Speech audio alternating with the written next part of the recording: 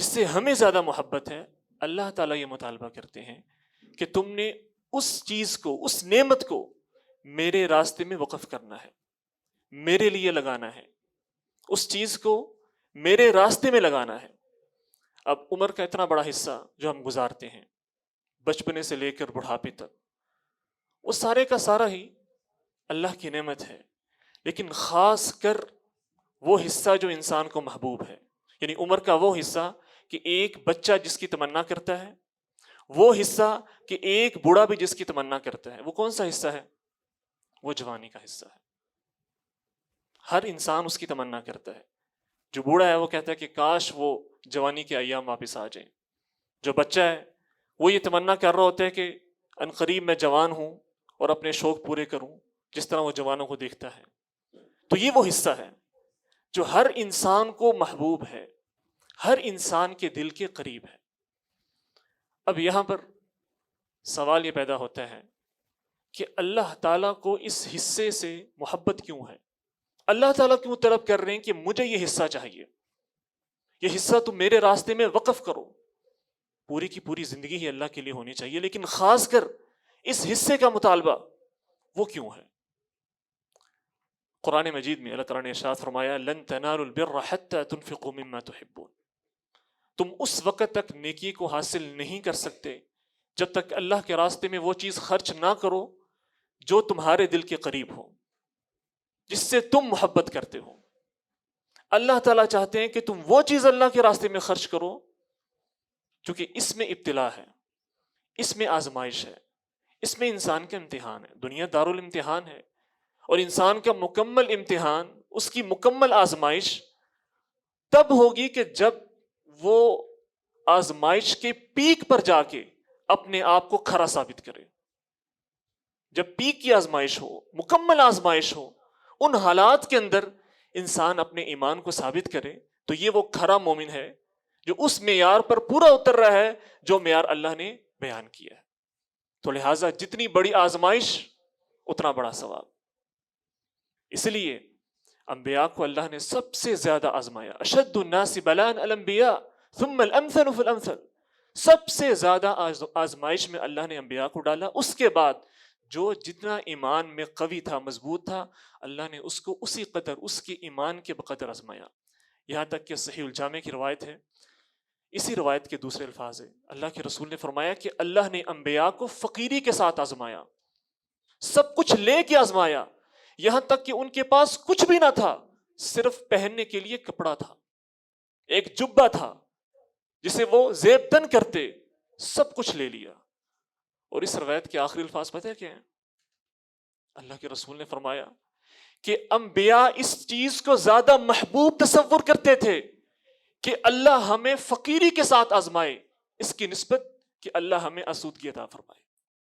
آسودگی سے زیادہ، مال سے زیادہ وہ فقیری کے امتحان کو پسند کرتے تھے، چونکہ پتہ تھا کہ یہاں پر وہ مکمل امتحان ہے اور یہاں پر کھرا پن ثابت ہونا ہے، یہاں پر ایمان نے ثابت ہونا ہے، پتہ چلنا ہے کہ کون کتنے پانی میں ہے، کون اللہ کا مطیع و فرما بردار ہے۔ تو لہٰذا جوانی میں جو عبادت ہے، اللہ کی طرف لوٹنا ہے، انابت ہے، یہ کیوں اللہ کو محبوب ہے؟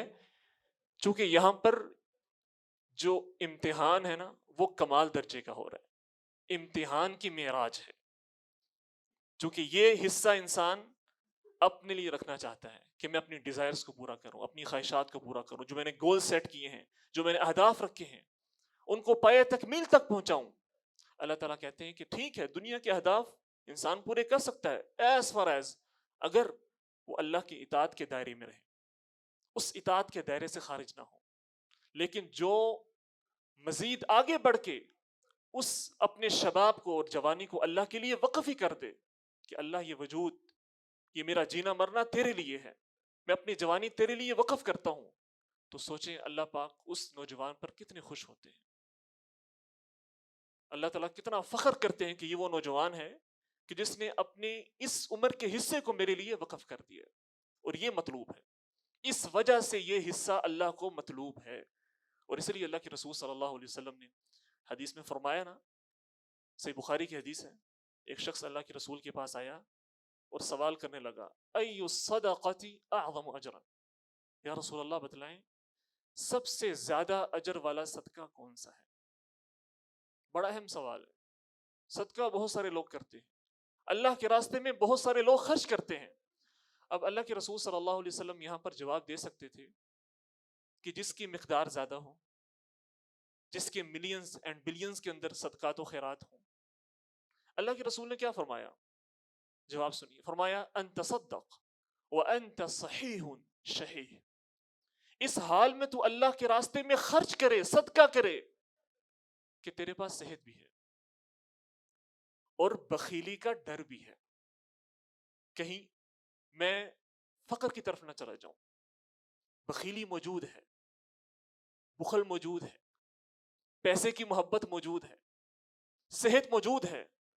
تخشى الفقر وتأمل الغنى، ہے میں نے امیر بننا ہے، اس مال کو جمع کرنا ہے اور بعد میں پھر میں نے اس سے مزے لوٹنے ہیں، انجوائے کرنا ہے. یہ ساری کی ساری خواہشات موجود ہیں. فقیری کا ڈر، امیر ہونے کی تمنا، بخل بھی موجود ہے، بخیلی کے کچھ جراثیم بھی ہیں، صحت بھی موجود ہے، بھرپور انسان فائدہ بھی اٹھا سکتا ہے. اس حال کے اندر فرمایا اگر تو اللہ کے راستے میں صدقہ کرتا ہے، یہ سب سے عظیم صدقہ ہے، اس کا اجر سب سے زیادہ ہے.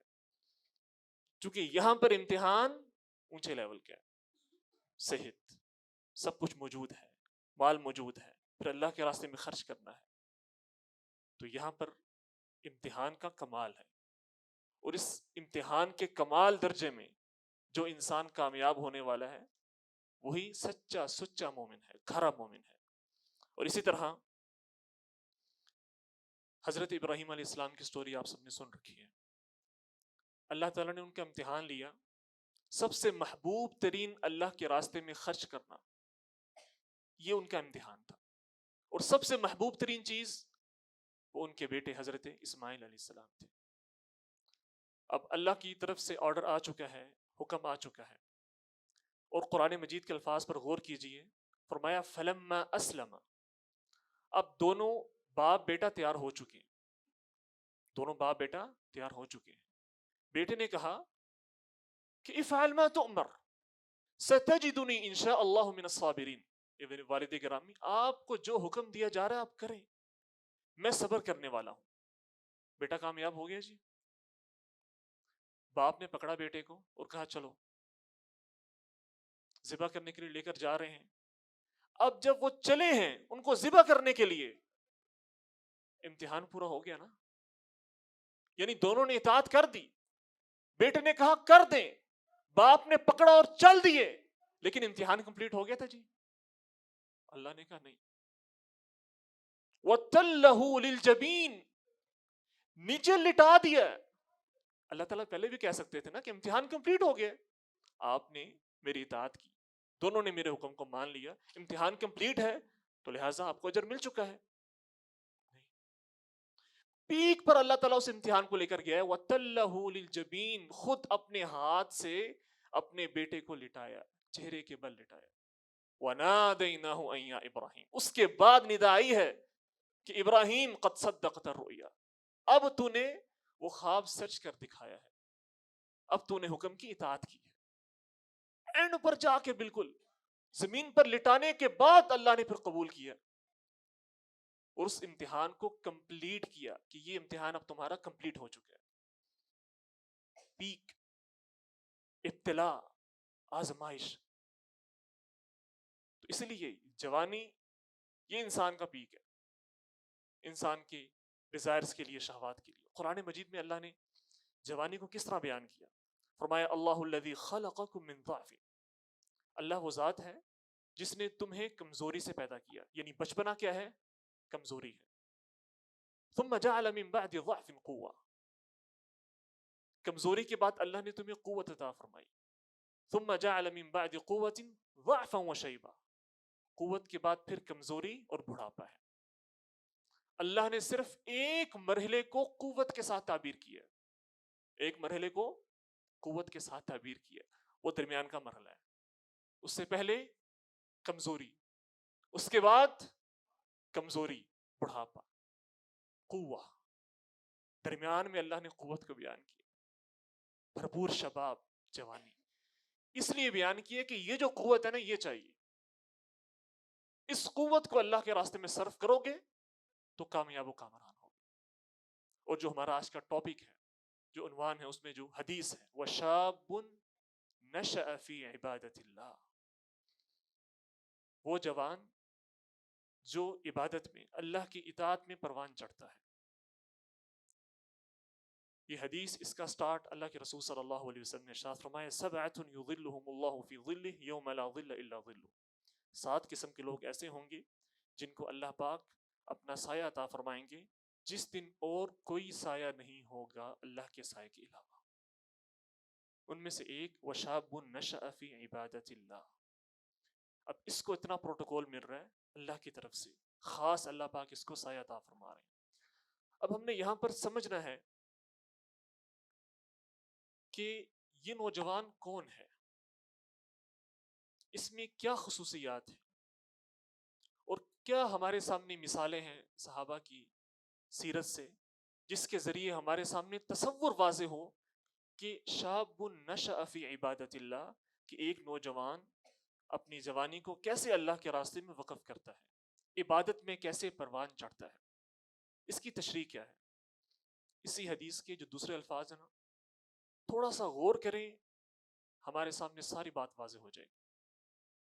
وہ کیا الفاظ ہیں؟ فرمایا نشأ شاب فی عبادت ربہ، وہ نوجوان جو پروان چڑھتا ہے اللہ رب العزت کی عبادت میں، افنا شبابہ ونشاطہ فی عبادت اللہ۔ لیول کیا ہونا چاہیے جی اللہ کی اطاعت کا؟ اللہ کی عبادت کا کیا لیول ہونا چاہیے شباب کے اندر، نوجوانی کے اندر؟ افنا نشاطہ، اپنی ایکٹیویٹیز کو فنا کر دے۔ افنا کے الفاظ استعمال ہوئے، افنا، فنا کرنا پڑے گا۔ یہ زبان سے آسان ہے فنا فی اللہ، بیٹھے بیٹھے ایک پیر صاحب دعویٰ کر دیں جی ادھر ہی بیٹھ کے میں اپنے سر کو ہلا کے فنا فی اللہ ہو جاؤں، ایسے نہیں ہے۔ یہاں پر اللہ نے بتایا کہ فنا فی اللہ کیا ہے، افنا نشاطہ، اپنی ساری کی ساری ایکٹیویٹیز کو، اپنی نشاط کو اللہ کے لیے فنا کرنا پڑے گا۔ پھر آگے ذکر کیا افنا نشاطہ وشبابہ فی عبادت اللہ، اور اپنے شباب کو اور اپنی جوانی کو اللہ کے راستے میں فنا کر دے۔ اور ترمذی کی حدیث ہے، اللہ کے رسول صلی اللہ علیہ وسلم نے ارشاد فرمایا اغتنم خمسا قبل خمس، غنیمت جان لو، دنیا میں اللہ نے ٹائم دیا ہے، اور کچھ چیزیں اللہ کے رسول صلی اللہ علیہ وسلم نے بیان کی کہ تمہارے پاس ٹائم کم ہے، ان چیزوں کو غنیمت جان لو۔ کیا مطلب ہے غنیمت جان لو؟ مطلب دنیا میں ان سے فائدہ اٹھا لو اپنی مصلحت کے لیے، مفاد کے لیے نہیں۔ غنیمت فائدہ کیسے اٹھاؤ؟ اللہ کے قرب میں، تقرب حاصل کرنے میں، جنت کے حاصل کرنے میں، اللہ کی رضا کے حصول میں، ان اشیاء سے فائدہ اٹھا لو۔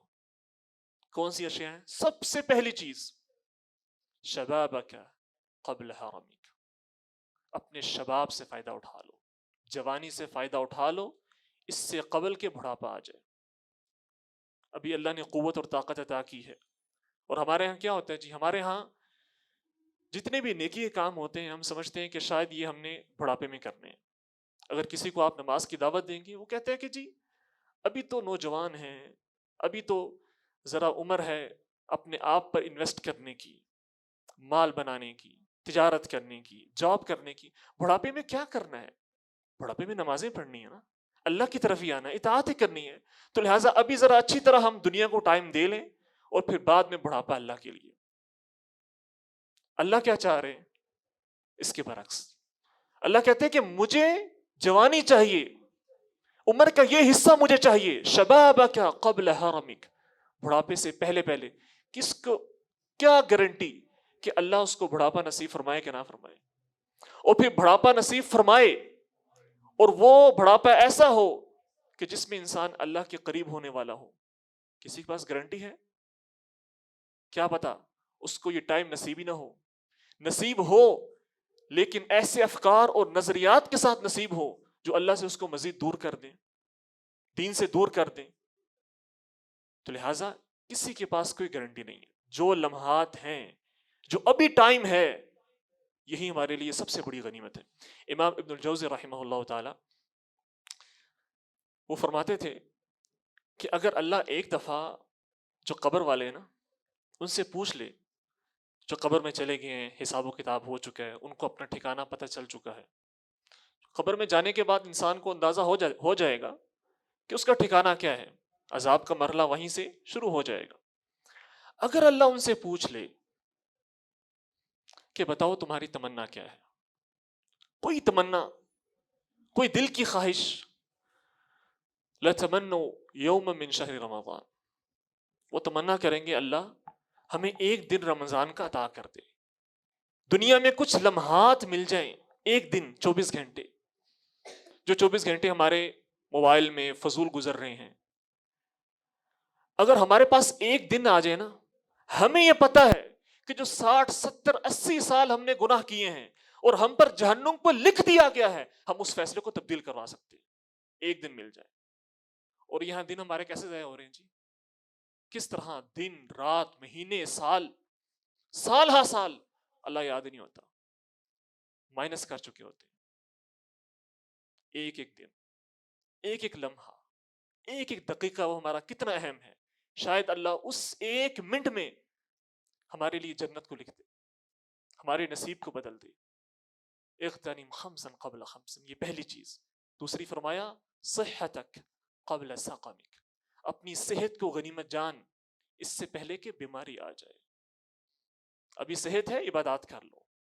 ہمارے ہاں ہم عبادات کو ڈیلے کر رہے ہوتے ہیں، خاص کر حج وغیرہ، وہ ڈیلے ہو رہا ہوتا ہے یہاں تک کہ جب بڑھاپے میں چلے جائیں، ہمت بھی نہ ہو، طاقت بھی نہ ہو، اس وقت خواہش ہوتی ہے دل میں کہ کاش ہم پہلے حج کر چکے ہوتے، عمرہ کر چکے ہوتے، اپنی پوری قوت اور طاقت کے اندر اپنی عبادات کو ادا کر چکے ہوتے.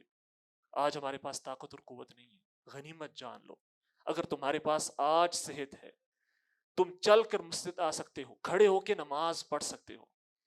اللہ کی قسم میں نے ایسے بزرگ دیکھے ہیں، روتے ہیں کہ دل کرتا ہے سجدہ کریں، اپنی جبینوں کو لگائیں زمین پر، دل کرتا ہے لیکن نہیں کر سکتے، بیماری کی وجہ سے نہیں کر سکتے. اب ہمت نہیں ہے، طاقت نہیں ہے.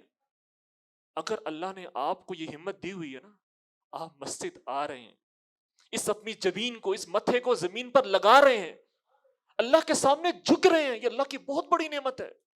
یہ اللہ آپ کو قبول کر رہا ہے، بلا رہا ہے، اللہ اپنے گھر بلا رہا ہے.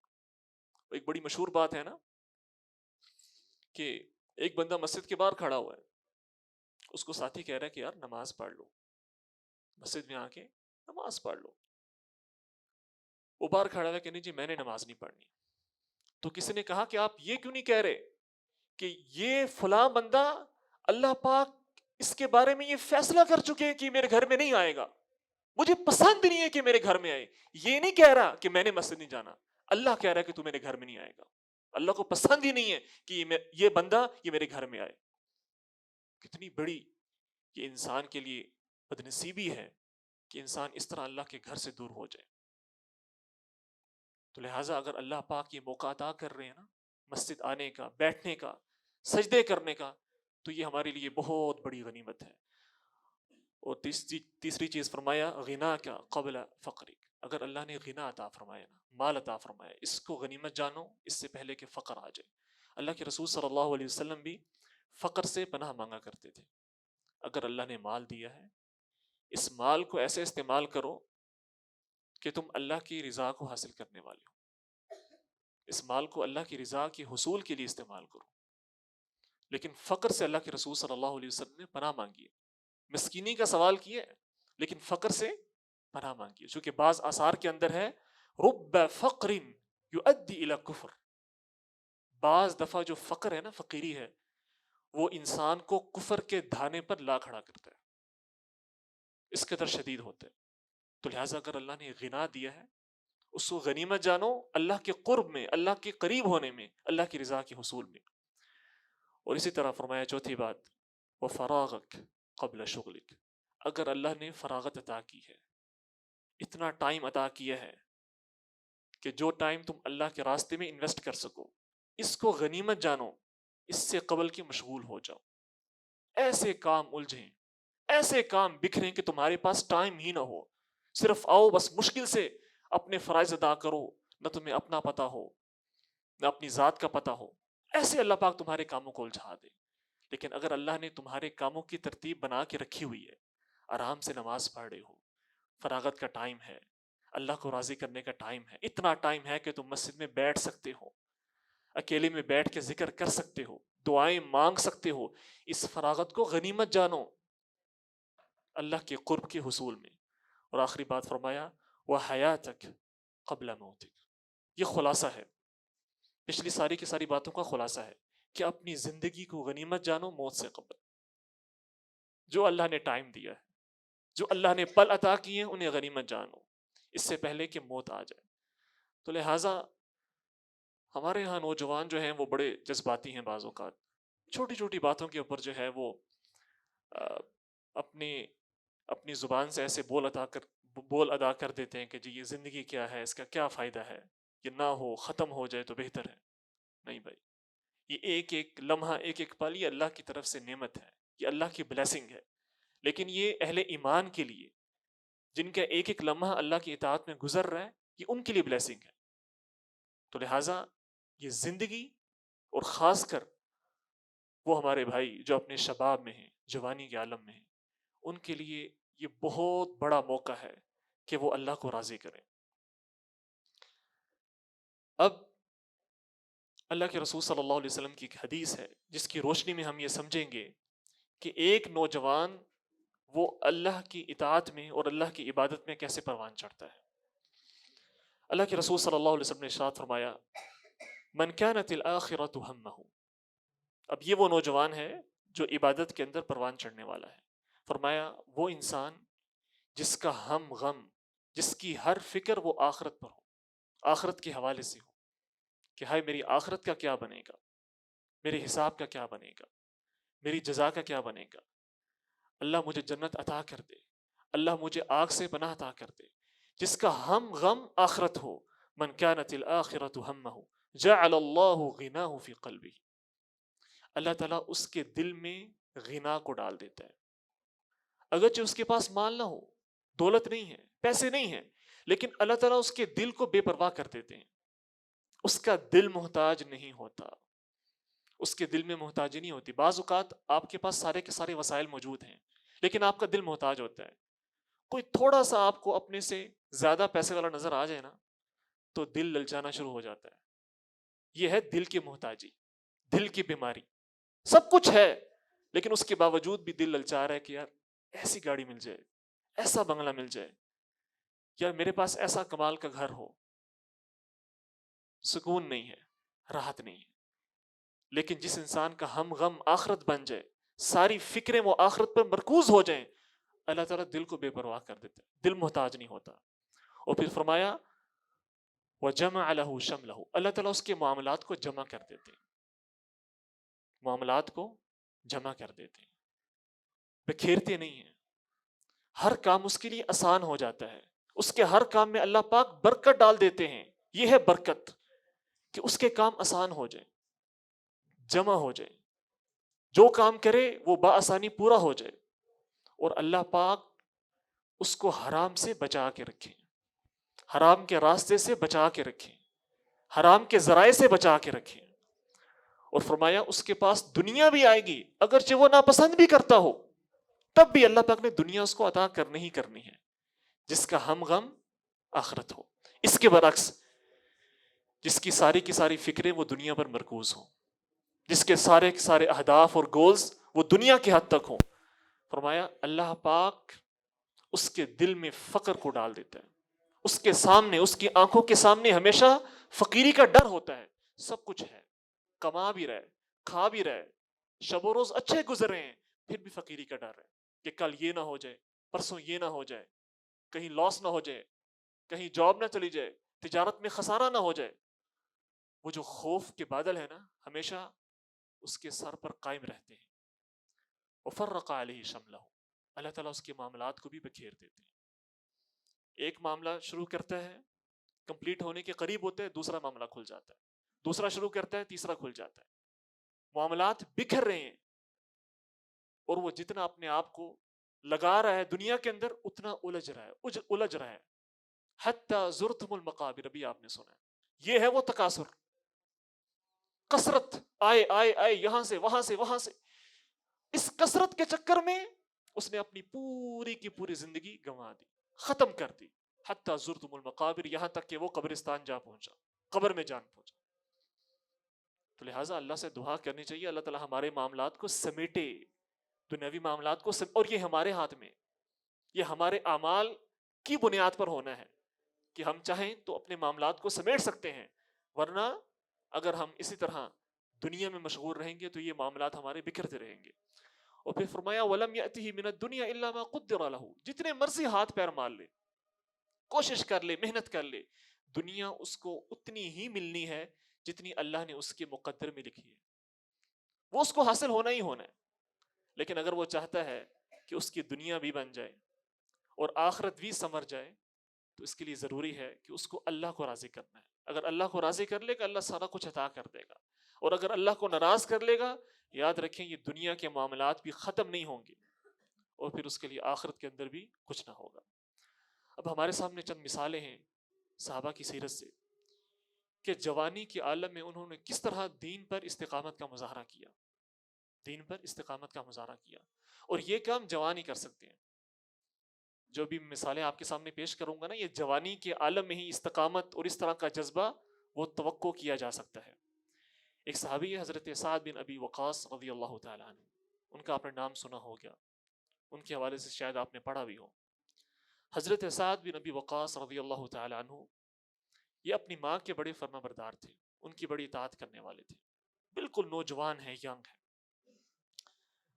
انہوں نے دین اسلام قبول کر لیا، اللہ کے رسول صلی اللہ علیہ وسلم کی دعوت پہ لبیک کہہ دیا. اب جب اسلام قبول کیا اور والدہ کو پتہ چلا، والدہ کو ان سے بڑی محبت تھی، انہوں نے کہا کہ اب تو یہ ہمارے آباء و اجداد کے دین سے پھر چکا ہے، ہماری ناک کٹوا دی ہے، ہمارے لیے باعث عار بن چکا ہے. تو ماں نے کہا کہ میں اس وقت تک کچھ بھی کھاؤں گی نہیں پیوں گی نہیں جب تک تو دین محمد کو نہیں چھوڑتا.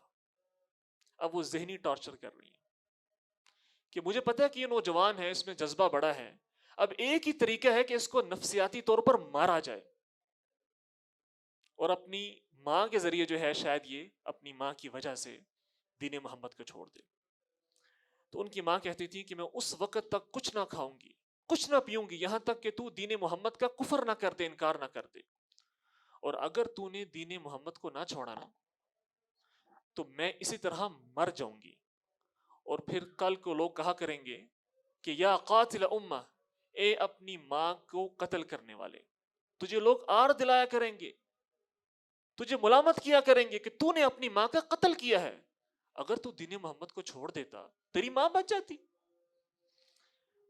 خیر ایک دن قبیلے کے لوگ آئے حضرت سعد بن ابی وقاص رضی اللہ تعالیٰ عنہ کے پاس اور کہا کہ تیری ماں نے اتنے دن ہو گئے کچھ نہیں کھایا، اور یہاں تک کہ بعض روایات میں آتا ہے کہ جب زبردستی انہیں کچھ کھلانا ہوتا تو ان کے منہ میں عصا ڈال کے، ڈنڈا ڈال کے ان کا منہ کھولا جاتا اور اس منہ میں کچھ نہ کچھ پانی یا کچھ چیزیں کھانے کی ڈال دی جاتی. اس حد تک وہ اپنے فیصلے پر پختہ تھی.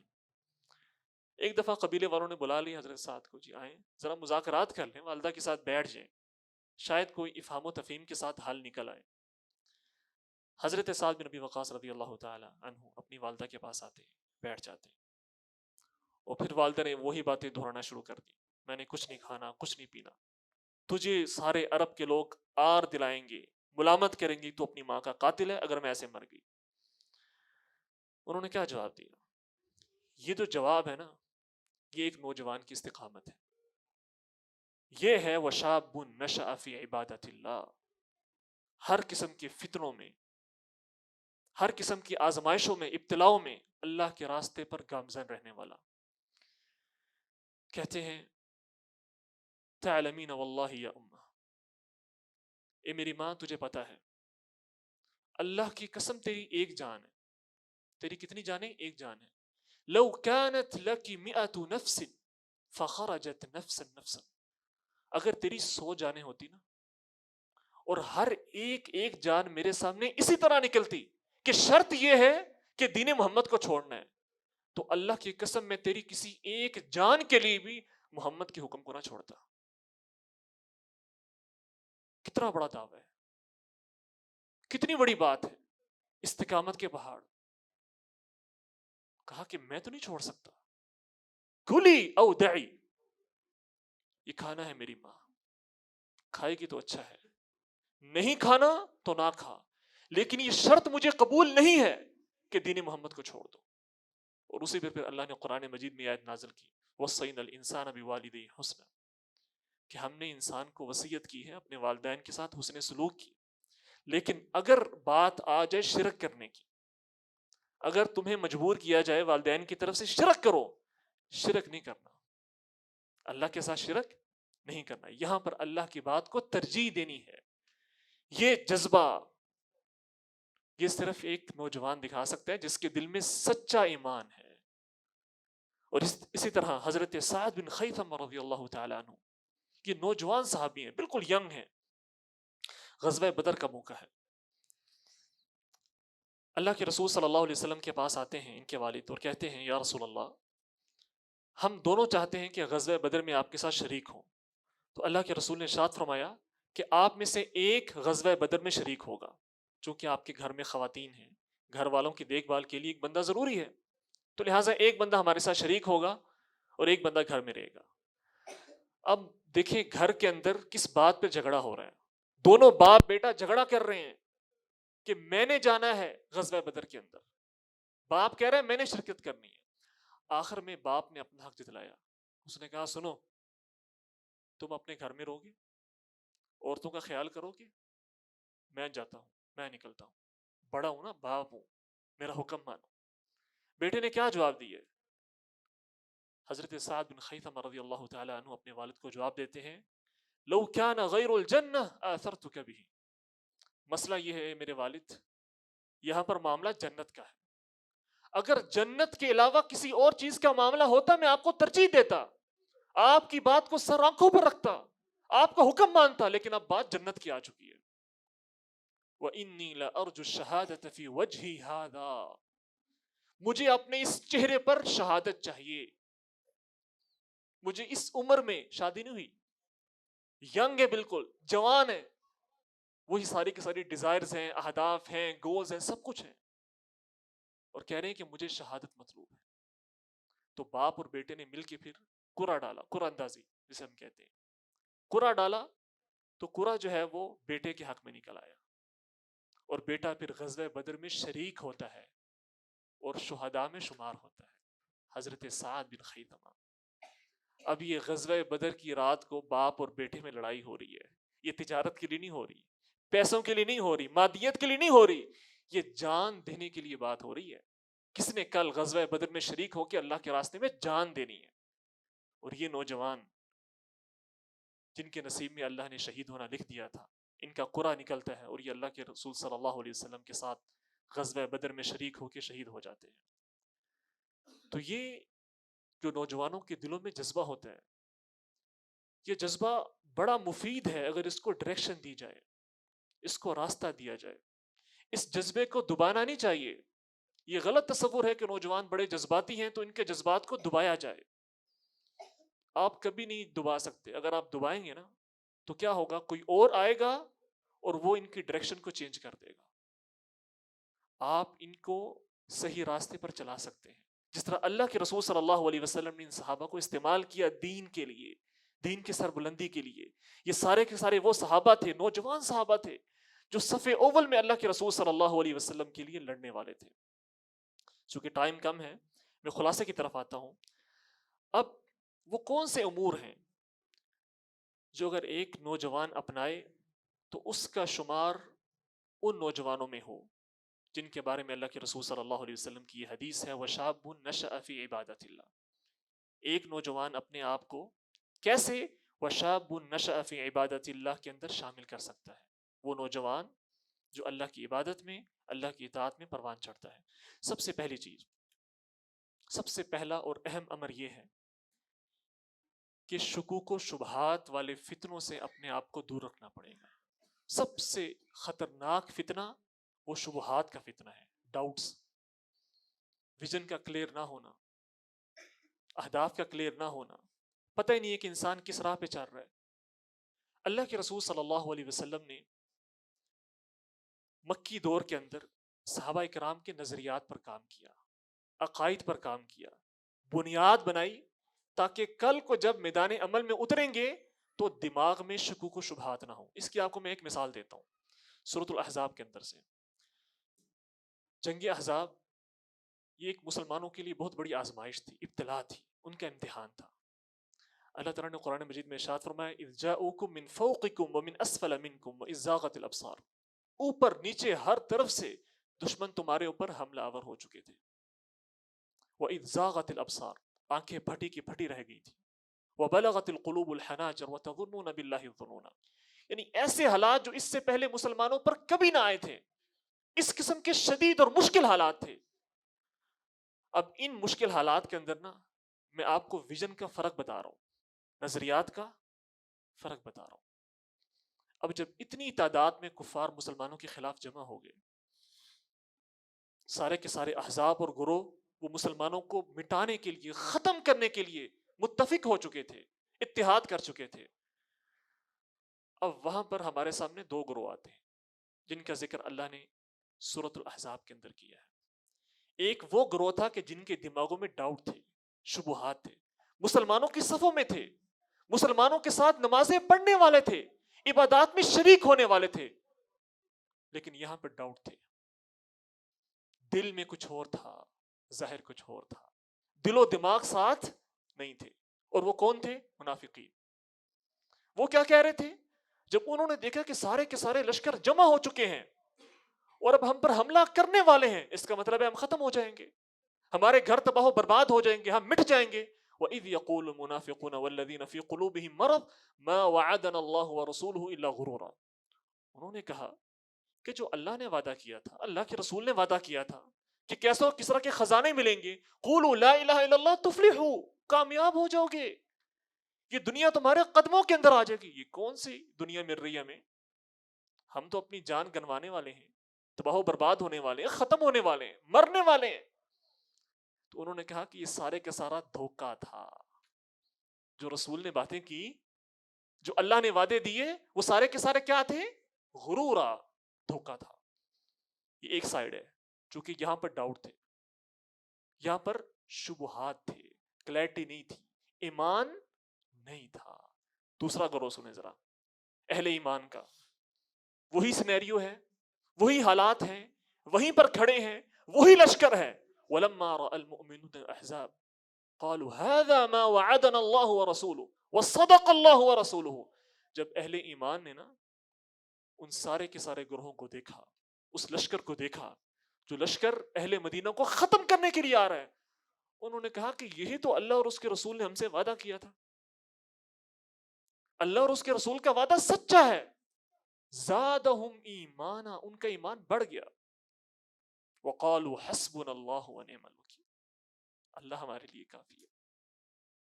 اب انہیں یقین کا یہ لیول تھا، انہوں نے کہا کہ انہوں نے ہمارے خلاف جمع ہونا ہے، رسول نے ہمیں بتلایا ہے کہ یہ ہمارے خلاف آئیں گے، ہمیں مارنے کی کوشش کریں گے، ہمارے ساتھ لڑائی کریں گے، ہمیں جہاد کرنا ہے، ہمیں اپنا ایمان ثابت کرنا ہے۔ یہ گروہ ہے ایک، اور دوسرا وہ گروہ ہے جو دیکھ کر ہی ڈر گیا۔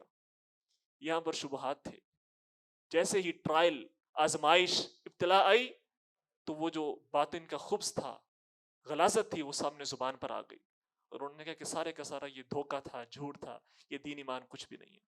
تو لہٰذا سب سے پہلے جو شبہات ہے، فتنہ جو ہے شبہات کا، اس فتنے سے ہمارے نوجوان نے نکلنا ہے۔ کیسے نکلنا ہے؟ اس کا ایک ہی رستہ ہے، سب سے اہم رستہ، سب سے بنیادی رستہ۔ وہ رستہ تھوڑا طویل ہے، مشکل ہے، لیکن وہ ایک ہی رستہ ہے جو آپ کو ان شبہات سے نکالے گا، اور وہ علم کا رستہ ہے۔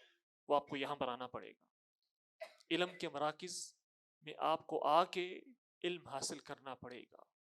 علم کے ذریعے آپ ان شبہات کے فتنوں سے نکل سکتے ہیں۔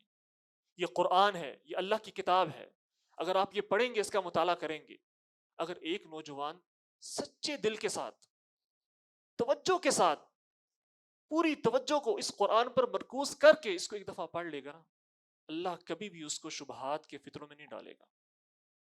ہم حساب لگائیں نا، ہم کتنی دفعہ قرآن پڑھتے ہیں، ہمارا قرآن کے ساتھ کیا تعلق ہے. تو یہ سب سے پہلی چیز ہے.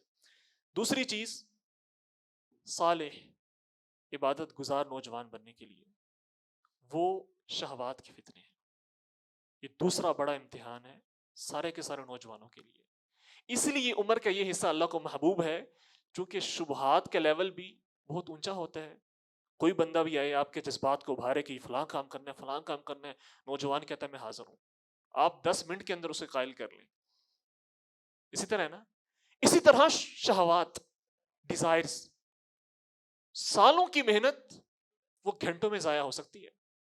سالوں کی محنت، سالوں کی ریاضت جو ایک نوجوان نے کی ہے، لیکن اگر کہیں شیطان آ جائے، اس پر حاوی ہو جائے، تو گھنٹوں کے اندر وہ سالوں کی محنت بھی بعض دفعہ ضائع ہو جاتی ہے. اس لیول کی اس کی ڈیزائرز، شہوات ہوتی ہیں. اتنا بڑا وہ نفس بیٹھا ہے اندر، وہ اتنا بڑا ہو چکا ہے، اتنا حاوی ہو چکا ہوتا ہے اس جوانی کے عالم میں کہ وہ کسی بھی وقت اس پر حملہ کر سکتا ہے اور وہ سالوں کی محنت اس کی ضائع ہو سکتی ہے. تو لہٰذا شہوات سے اپنے آپ کو بچانے. اللہ کے رسول صلی اللہ علیہ وسلم کا ارشاد ہے، یا معشر الشباب من استطاع منکم الباءۃ فلیتزوج. اگر آپ نے ان شہوات والے فتنوں سے اپنے آپ کو بچانا ہے، اور آج کل تو اتنے سارے وسائل اور ذرائع آ چکے ہیں کہ الا ماشاء اللہ، اللہ کی خاص توفیق ہے اس نوجوان پر جو آج بھی شہوات کے فتنے سے محفوظ ہے. اللہ کی خاص اس پر عنایت ہے، خاص فضل اور خاص کرم ہے. فرمایا یا معشر الشباب من استطاع منکم الباءۃ فلیتزوج. آپ کو یہ نکاح کا راستہ آسان کرنا پڑے گا، اس نکاح کے راستے کی طرف آؤ، اس کو اختیار کرو. اور اگر تمہارے لیے پاسبل نہیں ہے، استطاعت نہیں ہے، قدرت نہیں ہے، طاقت نہیں ہے، تو پھر روزے رکھو. یہ جو روزہ ہے، اللہ نے اس کے اندر یہ طاقت رکھی ہے کہ یہ انسان کی شہوت کو دباتا ہے، شہوت اس سے کم ہوتی ہے. یہ اللہ کے رسول صلی اللہ علیہ وسلم نے حل بیان کیا. اور آج آپ دیکھ لیجئے کہ پوری کی پوری ہماری جو نسل ہے وہ اس کے الٹ چل رہی ہے. کس قسم کے ہمارے ہاں رواج عام ہو چکے ہیں. شادی کلچر وہ سائڈ پہ ہو چکا ہے، نکاح سائڈ پہ ہو چکا ہے، اس کی جگہ بوائے فرینڈ، گرل فرینڈ، اس طرح کے کلچر عام ہو چکے ہیں. اس طرح کے لطیفے بن چکے ہیں کہ جو لطیفے صرف کسی ایک مسلمان کے دل میں نکاح کی نفرت پیدا کرنے کے لیے بنائے گئے ہیں. ہر بندہ کہتا ہے کہ نکاح کرنے کا تو فائدہ ہی نہیں ہے، نکاح کر کے آپ نے کیا کرنا ہے، نکاح کے بعد یہ فلاں فلاں فلاں مشکلات پیدا ہوں گی. مجھے بتائیں، اگر صرف یہ ایک فائدہ، اگر اللہ پاک آپ کو اس شہوات والے فتنے سے محفوظ کر لے، اور یہی ایک راستہ ہے، ایک راستہ ہے، ابتدا ہے، یہ ابتدا ہے. لازمی نہیں ہے کہ یہ آپ کے لیے کافی ہو، یاد رکھیں، لیکن یہ ابتدا ہے، راستہ یہ ہے. یہ اگر راستہ آپ کو شہوات والے فتنوں سے بچا لے، اس سے بڑا کوئی اور بینیفٹ ہے؟ اس سے بڑا کوئی اور بینیفٹ ہے؟ وہ چھوٹی موٹی باتیں لے کے، جھگڑوں کو بڑا کر کے، اور وہ طلاق والے تصور کو اتنا بڑا بت بنا کے پیش کرنا کہ ایک عام شریف سا بچہ کہے کہ نہیں جی یہ تو میں برداشت نہیں کر سکتا، یہ سارے کے سارے معاملات کو میں فیس کیسے کروں گا، میں گھر کو کیسے چلاؤں گا. تو اس کے دل میں خوف ڈالا جاتا ہے اس طرح کی باتیں عام کر کے. تو یہ راستہ آسان کیا جائے. اسی طرح تیسری چیز، آخری چیز ہے، جو کہ ٹائم کم ہے ہمارے پاس، نیک صحبت.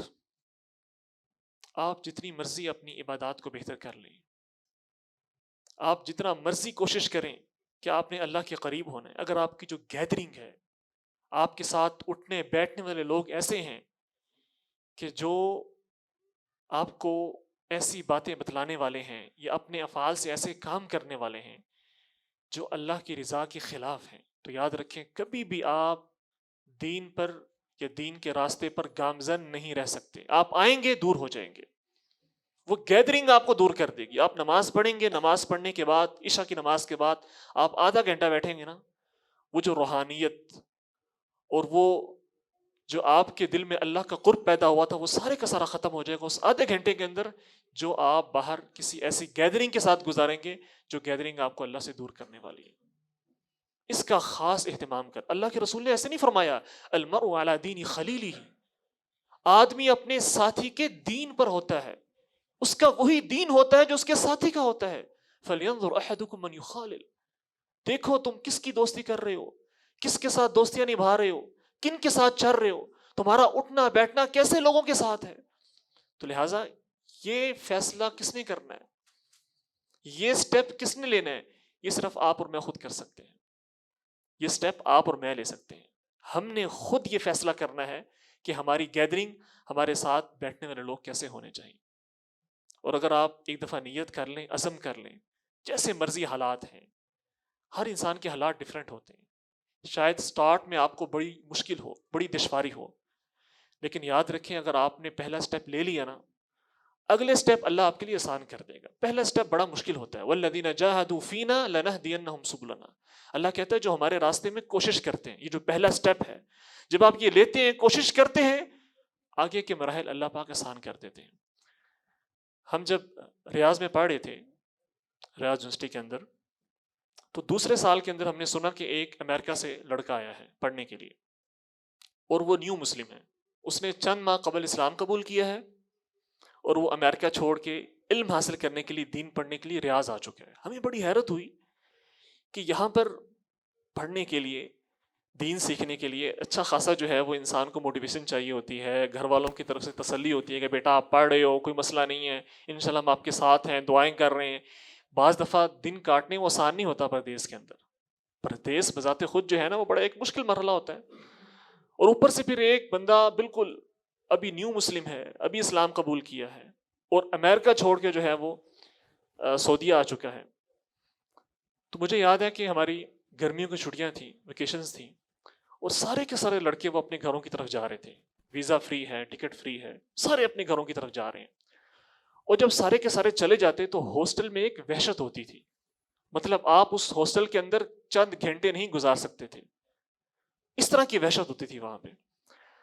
تو میں نے دیکھا کہ سارے کے سارے لڑکے جا رہے ہیں, وہ اکیلا نوجوان گورا تھا, وہ وہاں پر بیٹھا تھا. تو میں نے اپنے ساتھی سے پوچھا کہ یار سارے کے سارے جا رہے ہیں, سفر کر رہے ہیں, تو اس نے جانا نہیں ہے امریکہ, اور یہ تو ابھی آیا ہے اور ابھی نیا مسلمان ہوا ہے, اس کے دل میں تو زیادہ شوق ہوگا اپنے گھر واپس جانے کا, گھر والوں سے ملنے کا.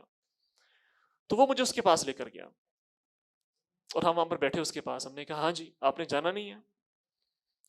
کہنے لگا میرا بڑا دل کرتا ہے جانے کا, اپنے گھر والوں سے ملنے کا, لیکن میرے گھر کا ماحول ایسا ہے کہ اگر میں چلا گیا مجھے ڈر ہے کہ کہیں پھر سے دوبارہ واپس نہ مڑ جاؤں, میں دین اسلام سے دوبارہ بے رغبت نہ ہو جاؤں, میری رغبت کم نہ ہو جائے دین کے حوالے سے.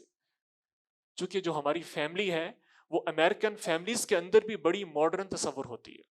اور پھر اس نے کچھ تصویریں بھی دکھائیں کہ ڈیلی پارٹیز ہو رہی ہیں, ایسا ماحول ہے کہ جو میں برداشت نہیں کر سکتا. ابھی میرا ایمان کمزور ہے, ابھی میرے لیے ان ساری کی ساری چیزوں کو برداشت کرنا پاسبل نہیں ہے. تو لہٰذا 3 مہینے ہو, 4 مہینے ہو, سال ہو, میں ادھر ہی بیٹھوں گا فی الحال, بعد میں دیکھی جائے گی. وہ اکیلا نوجوان اس وحشت والے ہاسٹل میں جہاں ہم نہیں رہ سکتے تھے, وہاں پر اکیلا بیٹھا ہوا ہے. اللہ نے ایسے لوگ نا ہر جگہ پہ رکھے ہیں. اگر آپ کسی ماحول کے اندر ہیں نا, آپ کسی یونیورسٹی کے اندر ہیں, میں نے لیکچر دیا فاسٹ یونیورسٹی کے اندر, پہلا لیکچر تھا. لیکچر کے بعد میرے پاس ایک بچہ آ گیا, مجھے کہنے لگا سر آپ یہ بتائیں, آپ نے بڑی اچھی باتیں کی ہیں, اس ماحول کے اندر جو آپ نے باتیں کی ہیں ہم اس کو امپلیمنٹ کر سکتے ہیں؟ آپ نے ماحول دیکھا نا, لڑکیاں لڑکے اکٹھے ہیں, اسائنمنٹس اکٹھی ہیں, ساری ایکٹیویٹیز ہماری اکٹھی ہیں, اس ماحول کے اندر ہم آپ کی باتوں کو کیسے امپلیمنٹ کریں؟ تو میں نے دوسرا سوال یہ کیا کہ آپ یہ بتائیں, آپ کی کلاس میں 60-70 بچے ہیں, کچھ ایسے بچے اور بچیاں موجود ہیں نا کہ جو صحیح معنوں میں دین کے راستے پر گامزن ہیں, انہوں نے اپنے آپ کو آپ سب سے علیحدہ کیا ہے؟ انہوں نے کہا جی بالکل. 1-2 بچیاں بھی کلاس میں ایسی ہیں جو پراپر حجاب کر کے آتی ہیں, اس طرح کے بچے بھی ہیں.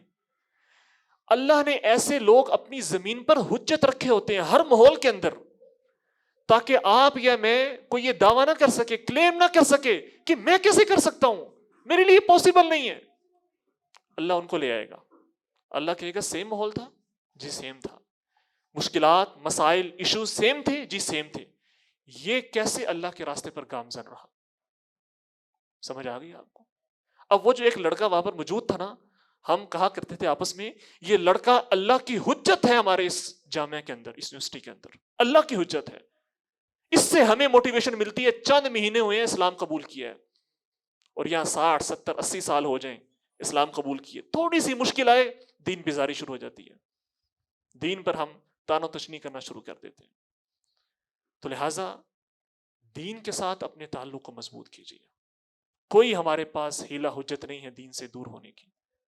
اللہ نے اپنے دین کو مکمل کر دیا، ہر قسم کی حجت کو بیان کر دیا، اور دین یاد رکھیں یہ ہمارے لیے ہے، ہمارے فائدے کے لیے ہے۔ اس کا فائدہ اللہ کو نہیں ہے۔ یمنون علیک ان اسلموا قل لا تمنوا علی اسلامکم، یہ جوانی اگر آپ اللہ کے راستے میں گزاریں گے نا، اس کا فائدہ آپ کو ہے، مجھے ہے۔ اگر آپ اور میں اس جوانی کو اللہ کے راستے میں نہیں گزاریں گے، اللہ کو اس کا کچھ نقصان نہیں ہے۔ آپ دنیا میں کسی کو ضرر نہیں دے رہے، نقصان نہیں دے رہے، صرف آپ اپنی جان کو نقصان دے رہے ہیں، اپنے نفس کو نقصان دے رہے ہیں۔